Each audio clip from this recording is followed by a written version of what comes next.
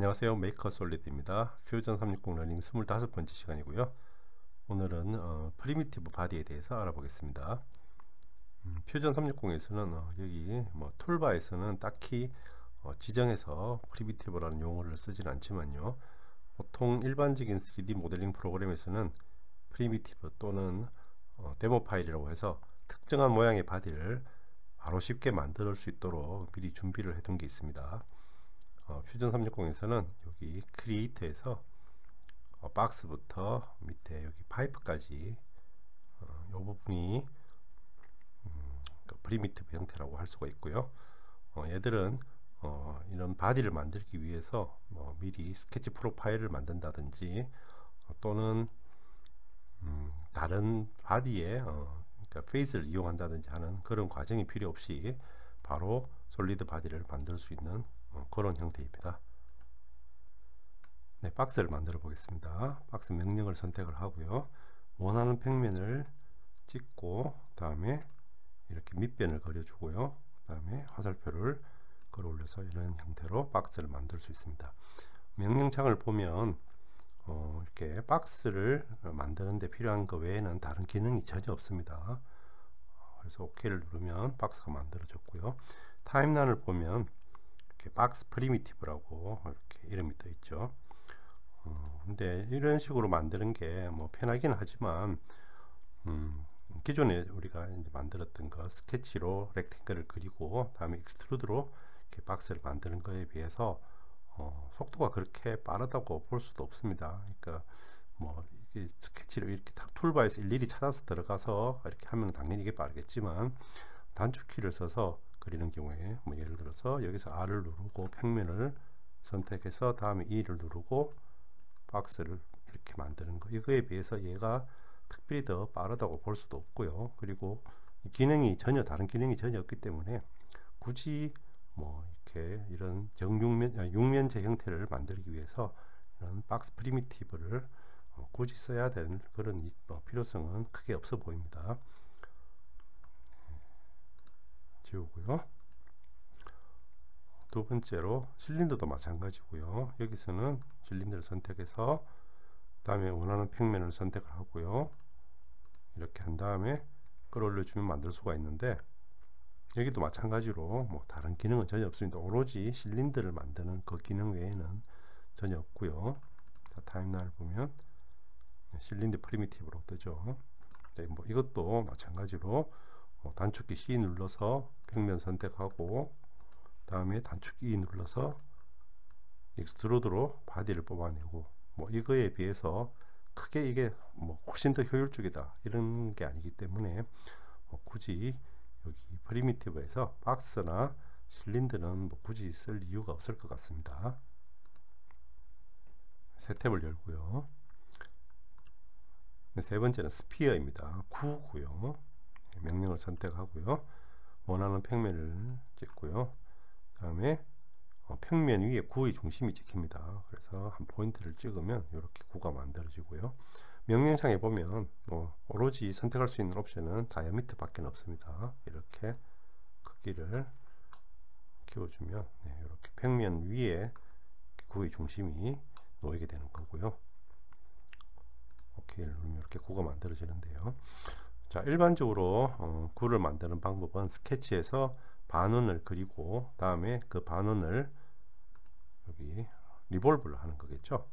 그래서 스케치에서 반원을 그리고 리볼브, 특히 리볼브 같은 경우에는 단축키가 지정이 되어 있지 않기 때문에 그런 식으로 그리는 게 조금 귀찮을 수 있습니다. 이렇게 프리미티브로 구를 만드는 게 훨씬 더 빠르고 편하기는 하죠. 하지만 마찬가지로 이 구는 다른 옵션이 전혀 없기 때문에 항상 그런 거를 좀 염두를 해 두셔야 되고요. 그래서 모델링 과정 중에 딱 구 형태 요거 하나만 딱 필요하면 이걸 쓰면 되고요. 나중에 구를 수정해야 된다거나 다르게 편집할 일이 있을 것 같으면 조금 귀찮더라도 반원을 그리고 그 다음에 리볼브를 하는 게 여러모로 더 나을 것 같습니다. 다음 토러스는 도넛 형태의 바디를 만들어 주는 겁니다. 명령을 선택을 하고요. 평면을 선택하고 중심을 찍어 볼까요? 찍고 이렇게 원하는 직경을 만들어 주면 그 위에 이렇게 도넛 형태의 바디가 만들어지는 거고요. 그래서 얘도 뭐 보면 이렇게 단면을 생각해 보면 이렇게 서클이죠. 이 서클을 이렇게 이 패스를 중심으로 리볼브를 돌린 거라고, 패스가 아니고 이 축을 중심으로 리볼브를 돌린 거라고 보면 뭐 되는데요. 그래서 뭐 이걸 원래대로 그리려면 일단 서클을, 조그만 서클을 먼저 하나 그려야 되고, 그 다음에 필요한 경우에 축을 만들어 줘야 되고, 그 다음에 리볼브를 이용해서 그걸 돌려서 이렇게 바디를 만들어야 되기 때문에 훨씬 과정이 조금 귀찮습니다. 그래서 딱 도넛 형태의 이런 바디가 필요할 때는 이런 프리미티브, 이렇게 토러스 프리미티브를 이용하면 훨씬 편하게 만들 수는 있습니다. 여기 명령창을 보면요, 여기 이너 다이아미터라고 있는데, 요거는 처음에 우리가 지정했던 그 다이아미터를 이너 다이아미터라고 하는 거고요. 토러스 다이아미터는 이 단면의 크기를 얘기하는 거고요. 그래서 이렇게 위로 있는 화살표를 올리면 다이아미터가 커지면서 토러스가 이렇게 도넛이 더 두꺼워지는 거고요. 자, 포지션을 보면 세 가지가 있는데요. 자, 위에 탑뷰로 한번 볼까요? 지금은 처음에 지정한 그 직경의 딱 중심에 와 있죠. 그래서 온 센터고요. 요걸 인사이드로 해주면 그 지정한 직경의 안쪽으로 이렇게 들어가게 되고요. 아웃사이드로 하게 되면 바깥쪽으로 이렇게 바디가 만들어지게 됩니다. 네. 이런 식으로요. 이렇게 평면의 중심에, 이렇게 평면 위에 이 토러스의 중심이 위치하게 되는 경우가 겁니다. 네. 이렇게 만들면 편하긴 하죠. 네. 네, 다음은 코일인데요. 요거는 스프링 형태의 바디를 만들어 주는 겁니다. 명령을 선택하고 평면을 찍고요. 다음에 이렇게 직경을 벌려주면 이런 식으로 스프링 형태의 바디가 바로 만들어지고요. 네. 이때까지 제가 설명했던 그런 바디를 만드는 방법으로는 이런 스프링 형태의 바디는 만들 수가 없습니다. 어려운 형태이기 때문에 이 코일 명령은 꼭 알아두셔야 하고요. 또 이렇게 코일의 바디를 만드는 그 자체도 유용하지만, 이렇게 바디에 붙어 있는 요 엣지가 이렇게 꼬불꼬불하게 만들어지고 있죠. 이 엣지를 이용해서, 이 엣지를 패스로 이용해서 다양하게 응용할 수 있기 때문에 활용도가 꽤 높은 그런 명령입니다. 그래서 코일에 대해서는 좀 자세하게 알아보도록 하겠습니다. 네, 컨트롤 Z 하고요, 크리에이트 코일을 누르고요. 자, 평면을 먼저 선택을 해야 됩니다. 원하는 평면을 선택을 하고, 다음에 코일의 중심을 찍고요. 다음에 원하는 직경만큼 벌려줘서 마우스를 찍으면 이렇게 바로 코일의 바디가 만들어지는데요. 자, 여기서 명령창을 하나씩 보도록 하겠습니다. 여기 프로파일에서 플레이는 아까 선택한 평면을 얘기하는 거고요. 타입에서 네 가지가 있는데요. 요거는 그러니까 코일을 만드는 방식을 어떻게 할 건지를 결정하는 겁니다. 하나씩 보면요, 레볼루션 앤드 하이트는 코일의 전체 회전수와 코일의 전체의 길이로 이렇게 코일의 바디를 만들어 주는 건데요. 여기서 보시면 지금 현재 레볼루션은 세 바퀴, 이렇게 한 바퀴, 두 바퀴, 세 바퀴로 해서 코일 바디가 만들어졌고요. 다음에 하이트 전체의 높이가 56.25로 되어 있는데요. 요거를 일단 60으로 제가 이렇게 맞춰주고요. 그러면은 한 바퀴가 돌 때는 20이 되겠죠. 20, 40, 60이 될 거고요. 그래서 레볼루션 앤 하이트는 전체 세 바퀴를 돌면서 그 전체의 길이가 60이 되도록 이렇게 맞춰주는 거고요. 레볼루션 앤 피치는 전체의 회전수와 다음에 한 바퀴를 돌 때의 길이, 전체 길이가 아니고 피치입니다. 그래서 한 바퀴 돌 때의 길이를 우리가 알 수 있을 때 이렇게 만들 수 있습니다. 그래서 피치 길이는 아까 60이었으니까 지금 피치는 20이 되겠죠. 나누기 3 해야 되니까요. 다음에 height and pitch는 코일에서 전체의 길이와 다음에 한 바퀴의 돌았을 때의 길이를 알 때 이 방식을 써서 만들 수 있습니다. 그래서 전체의 길이는 60이고 한 바퀴를 돌았을 때의 길이는 20이 되니까 전체가 자동적으로 3바퀴가 되겠죠. 네, 이런 식으로 만들 수가 있고요. 그래서 본인이 가지고 있는 이제 디자인을 할 때 이제 본인이 가지고 있는 이제 수치 자료에서 가장 적당한 방식으로 이렇게 코일을 만들면 되고요. 네 번째 스파이럴은 이런 코일 형태는 좀 이렇게 서 있는 코일 형태가 아니고 이렇게 눌러보면 네, 이렇게 마치 모기향 모양이죠. 이렇게 밖으로 이렇게 점점 사이즈가 커지는 네, 그런 코일 형태고요. 얘는 그러니까 레볼루션과 피치 요 하나밖에는 옵션이 없습니다. 그래서 그런 식으로 만들면 되고요. 다시 이걸로 좀 바꿔주고요. 네, 로테이션은 회전 방향을 이렇게 바꾸는 거고요. 다이아미터는 이 코일의 전체 직경을 조정할 수 있고요. 레볼루션 하이트는 설명했고요. 자, 앵글은 여기 보시면 위에 핸들이 하나 있죠. 이렇게 보면 코일을 네, 넓혀주고 모아주고 이렇게 할 수 있습니다. 그러니까 테이프 앵글을 결정하는 거고요. 섹션은 코일의 단면의 모양을 여기서 바꿀 수가 있고요. 스퀘어, 다음에 이 트라이앵글인데 여기에 바깥쪽으로 뾰족하게 만들지 인터널 안쪽으로 뾰족하게 만들 수 있지 그걸 결정하는 거고요. 섹션의 포지션은 아까 토러스에서 잠깐 설명했었죠. 여기 인사이드, 온센트, 아웃사이드가 있어서 요거를 탑뷰에서 보면요. 지금은 아까 우리가 결정한 직경의 온센터로 위치를 하는 거고요. 그래서 인사이드 하면 안으로 바디가 만들어지고요. 아웃사이드 하면 딱 직경에 딱 붙어서 바깥쪽으로 바디가 만들어지겠죠. 온센터로 바꾸고요.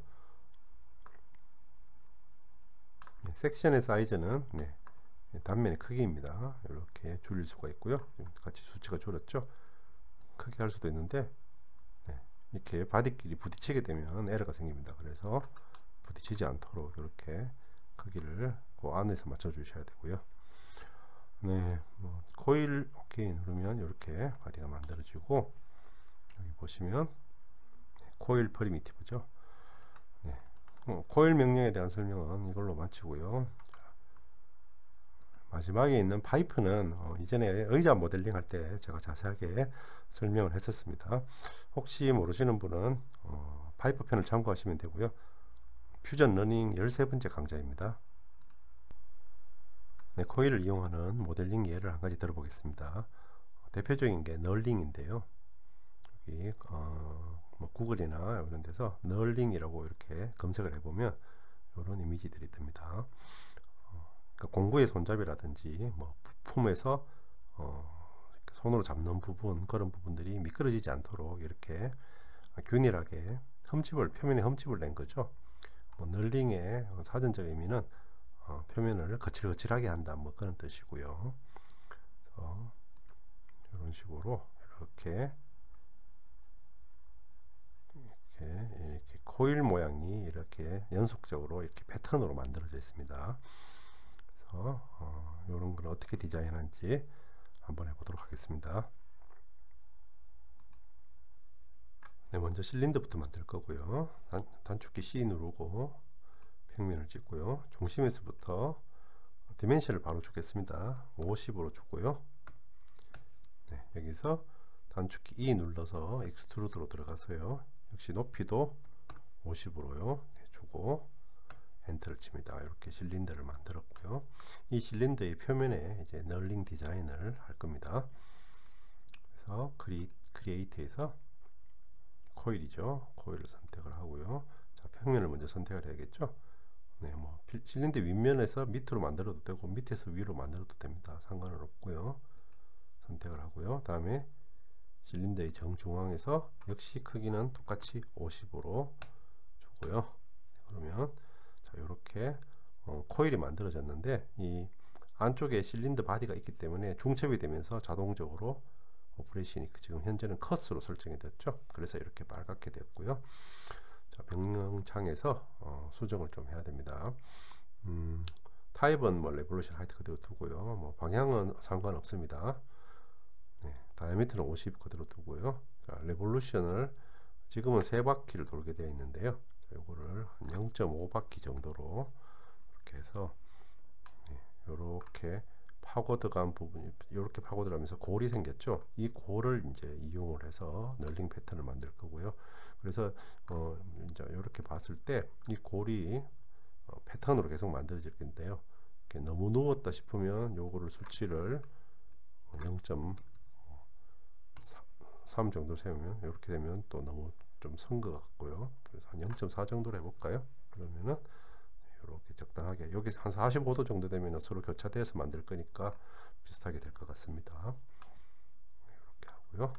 다음에 전체의 높이는 아까 이 실린더의 높이가 50이었죠. 그래서 똑같이 50으로 맞춰주고요. 네, 그렇게 하면 이렇게 봤을 때 여기도 딱 여기 중심에서 시작해서 여기 중심에서 딱 끝나게 되는 겁니다.